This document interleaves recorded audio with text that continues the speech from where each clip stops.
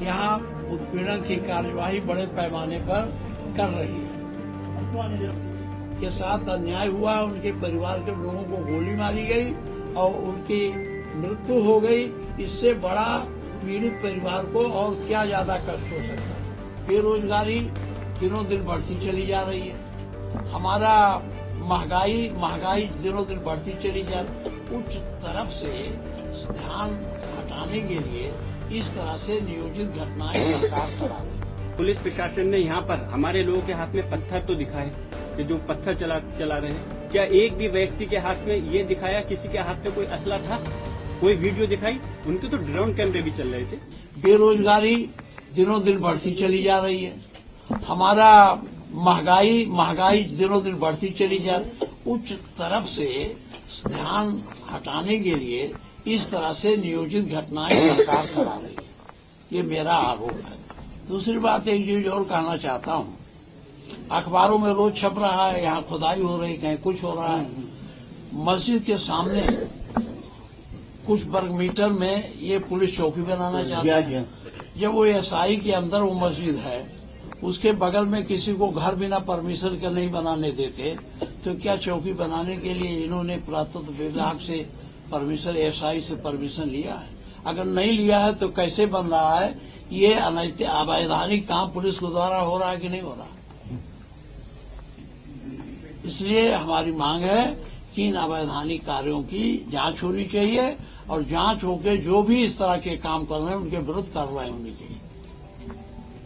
अब आपको निर्माण रोक दिया जाए, निर्माण कार्य रोक दिया जाए। कुछ लोगों को वहाँ एतराज हुआ था जब जुमे की रोक नमाज दिया हुई है। थी। चौकी तो चेंज बनी रही है। जी प्रताप जी, कुछ लोगों ने वहाँ एतराज किया था जुमे की जब नमाज हो रही थी, उसके बाद उन्होंने कहा जमीन हमारी है और हमने वक्फ कर दी है। उस जमीन को लेकर विवाद हुआ, इस पर आप क्या कहेंगे? देखिए, जमीन पुलिस जो है सबके जमीन पर चौकी नहीं बना सकती। जो उसकी जमीन होगी, सरकार की जमीन होगी, उसी पर बना सकता। बिना किसी के परमिशन के उसकी जमीन या तो एक्वायर करें, मुआवजा दे के उस जमीन को लेंगे तब बनावे। वक्फ की जमीन को भी ये जबरदस्ती नहीं ले सकते। आगे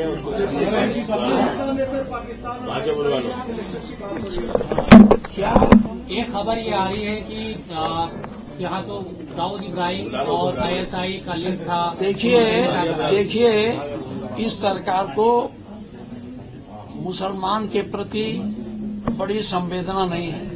ये दाऊद इब्राहिम को तो जानते हैं, लेकिन अशफाकुल्लाह खां को नहीं जानते हैं। ये अब्दुल हमीद को नहीं जानते हैं। ये ब्रिगेडियर उस्मान को नहीं जानते हैं, जिन्होंने सीमाओं पर अपनी जान दी। इनके मन में सद्भावना नहीं है। इनके मन में है जातीय विषमता पैदा करके, हिंदू मुसलमान में तनाव पैदा करके, जो हजारों सालों से हम लोग प्रेम से एक साथ रह रहे थे, उसमें इतनी दूरी पैदा कर दें, खटास पैदा कर दें, जिससे इनकी राजनीति अपनी सफल हो सके। यही इनका उद्देश्य है। यही हर जगह यही कर रहे हैं। हाँ। देखिए, जो घटना हुई है यकीनन उससे सिर्फ संभल नहीं, पूरा प्रदेश और देश शर्मसार हुआ है। जो इस प्रकार की घटना यहाँ संभल में अंजाम दी गई है, और ये हकीकत है कि संभल अति संवेदनशील जगह रही है और यहाँ पर पहले जरूर आपस में लोगों का इख्तलाफ था, झगड़े थे, लेकिन ये भी एक हकीकत है कि 29 साल से यहाँ पे कोई हिंदू मुसलमान का कोई फसाद नहीं हुआ। लोग सुकून से रह रहे हैं। इस सुकून को आग लगाई गई है और ये भी सच है, हमारे 5 लोगों की जान ली गई है। हमने उसकी आवाज को हमारे नेता माननीय राष्ट्रीय अध्यक्ष अखिलेश यादव जी और पूरी पार्टी ने, हमने संसद के अंदर दोनों सदनों में, हमारे प्रोफेसर रामगोपाल यादव जी ने, सब लोगों ने मिलकर के माननीय सांसद जी ने उठाया, और विधानसभा के अंदर जो अभी आपके सामने हमारे माननीय विपक्ष के नेता माते प्रसाद पांडे जी और अभी विधान परिषद के हमारे नेताजी बोल रहे थे, पूरी मजबूती से संभल के लोगों की हक की आवाज के लिए उठाने का काम किया। हम लोग सिर्फ यह चाहते हैं, अफसोस इस बात का है कि हमारी लोगों की हत्या हुई और हमारे लोग ही के खिलाफ मुकदमा दर्ज किया गया। ये कैसा इंसाफ है? लेकिन हम संविधान पर यकीन करते हैं और इस संविधान को मानते हैं और हमारा न्यायालय पर पूरा भरोसा कायम है। हमें उम्मीद है कि अगर हमें पुलिस प्रशासन से, शासन से अगर हमें इंसाफ नहीं मिलेगा तो न्यायालय से हमें इंसाफ जरूर मिलेगा। उसकी लड़ाई हमने संसद के अंदर और विधानसभा में मजबूती से लड़ी है। और इंशाल्लाह हम पूरी कोशिश करते हैं कि उसका भले ही खामियाजा मुझे भी भुगतना पड़ा कि मेरे खिलाफ भी मुकदमा, मेरे वालिद साहब के खिलाफ मुकदमा, हमारे विधायक जी उनके बेटे के खिलाफ मुकदमा लिखना एक ये चीज जाहिर करता है कि पुलिस और प्रशासन अपनी जो नाकामी है या जो करतूत है उसको छुपाने के लिए इस प्रकार की ये चीजें करी गई हैं। और हम चाहते हैं कि हमारे लोगों को इंसाफ मिलना चाहिए, वो भी इस देश के नागरिक हैं। आप स्थानीय सांसद हैं, आपको इतना समय क्यों लग गया अपने इलाके में आने में? मैं गुजारिश करूंगा कि काश आप ये भी दिखाते अपने चैनल पर कि जिस प्रकार से यहाँ पे लोगों की जान ली गई है उनके खिलाफ क्यों कार्रवाई नहीं की गई। आप ये सवाल पुलिस प्रशासन और सरकार से करते तो मुझे खुशी होती। आप इस देश का चौथा स्तंभ हो। मैं सिर्फ इस पॉइंट ऑफ व्यू पे नहीं, यहाँ पे हम लोग राजनीति करने नहीं है।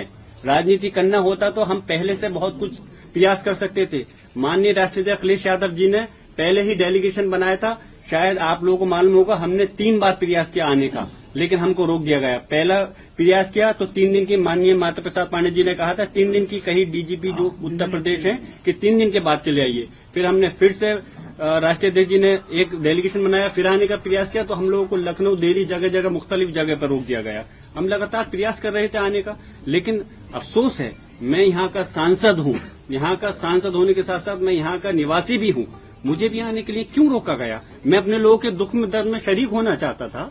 मैं उनके गम में शरीक होना चाहता था। उनकी परेशानी को समझ कर करके मैं चाहता था उनको इंसाफ मिल सके, लेकिन अफसोस है यहाँ आने नहीं दिया गया।